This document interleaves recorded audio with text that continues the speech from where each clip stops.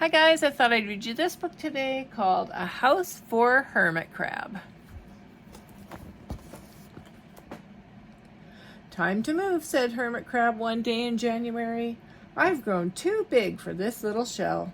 He had felt safe and snug in his little shell. But now it was too snug. Hermit Crab stepped out of the shell and onto the floor of the ocean. But it was frightening out in the open sea without a shell to hide in. What if a big fish comes along and attacks me, he thought. I must find a new house soon.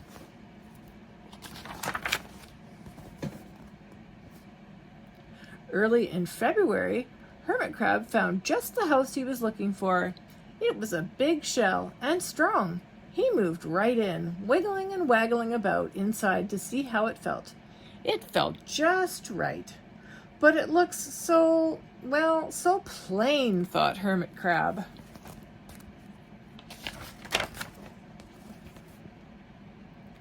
In March, Hermit Crab met some sea anemones. They swayed gently back and forth in the water. How beautiful you are, said Hermit Crab. Would one of you be willing to come and live on my house? It is so plain, it needs you. I'll come, whispered a small sea anemone. Gently, Hermit Crab picked it up with his claw and put it on his shell.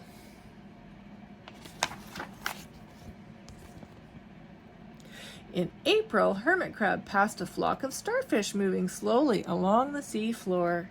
How handsome you are, said Hermit Crab.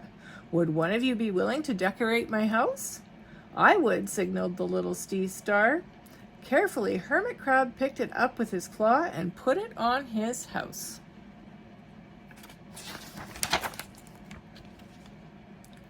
In May, Hermit Crab discovered some coral. They were hard and didn't move. How pretty you are, said Hermit Crab. Would one of you be willing to help and make my house more beautiful? I would, creaked a crusty coral. Gingerly, Hermit Crab picked it up with his claw and placed it on his shell.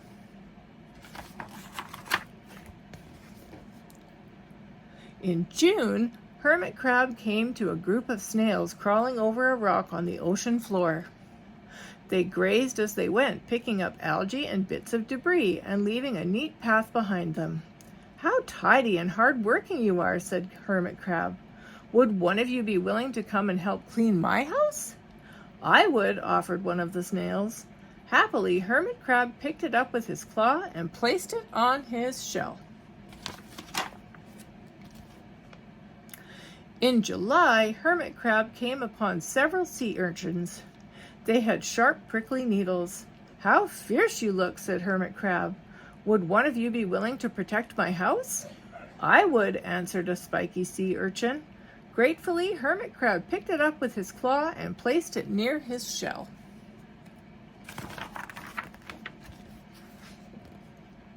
In August, Hermit Crab and his friends wandered into a forest of seaweed. It's so dark in here, thought Hermit Crab. How dim it is, murmured the sea anemone. How gloomy it is, whispered the starfish.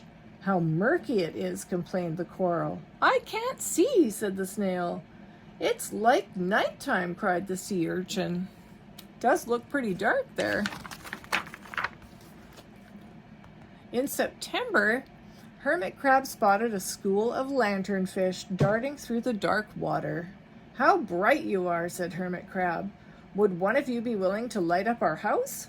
I would, replied one lanternfish, and it swam over near the shell. In October, Hermit Crab approached a pile of smooth pebbles.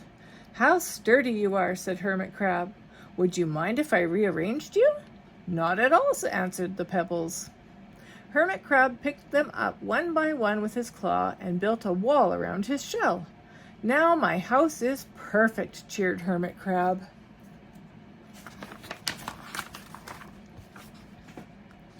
But in November, Hermit Crab felt that his shell seemed a bit too small. Little by little, over the year, Hermit Crab had grown. Soon he would have to find another bigger home. But he had come to love his friends, the sea anemone, the starfish, the coral, the sea urchin, the snail, the lanternfish, and even the smooth pebbles. They have been so good to me, thought Hermit Crab. They are like a family. How can I ever leave them? In December, a smaller hermit crab passed by. I have outgrown my shell, she said.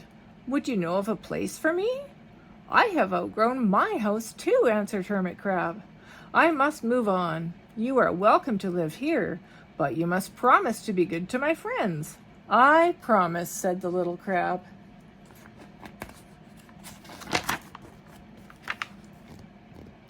The following January, Hermit Crab stepped out and the little crab moved in. Couldn't stay in that little shell forever, said Hermit Crab as he waved goodbye. The ocean floor looked wider than he had remembered, but Hermit Crab wasn't afraid. So he spied the perfect house, a big empty shell. It looked, well, a little plain, but sponges, he thought. Barnacles, clownfish, sand dollars, electric eels. Oh, there are so many possibilities. I can't wait to get started. Wow, that was a good book. Sounds like he's going to redecorate his new house. That's fun. And I see Oliver was up there listening too. Okay, have a good day.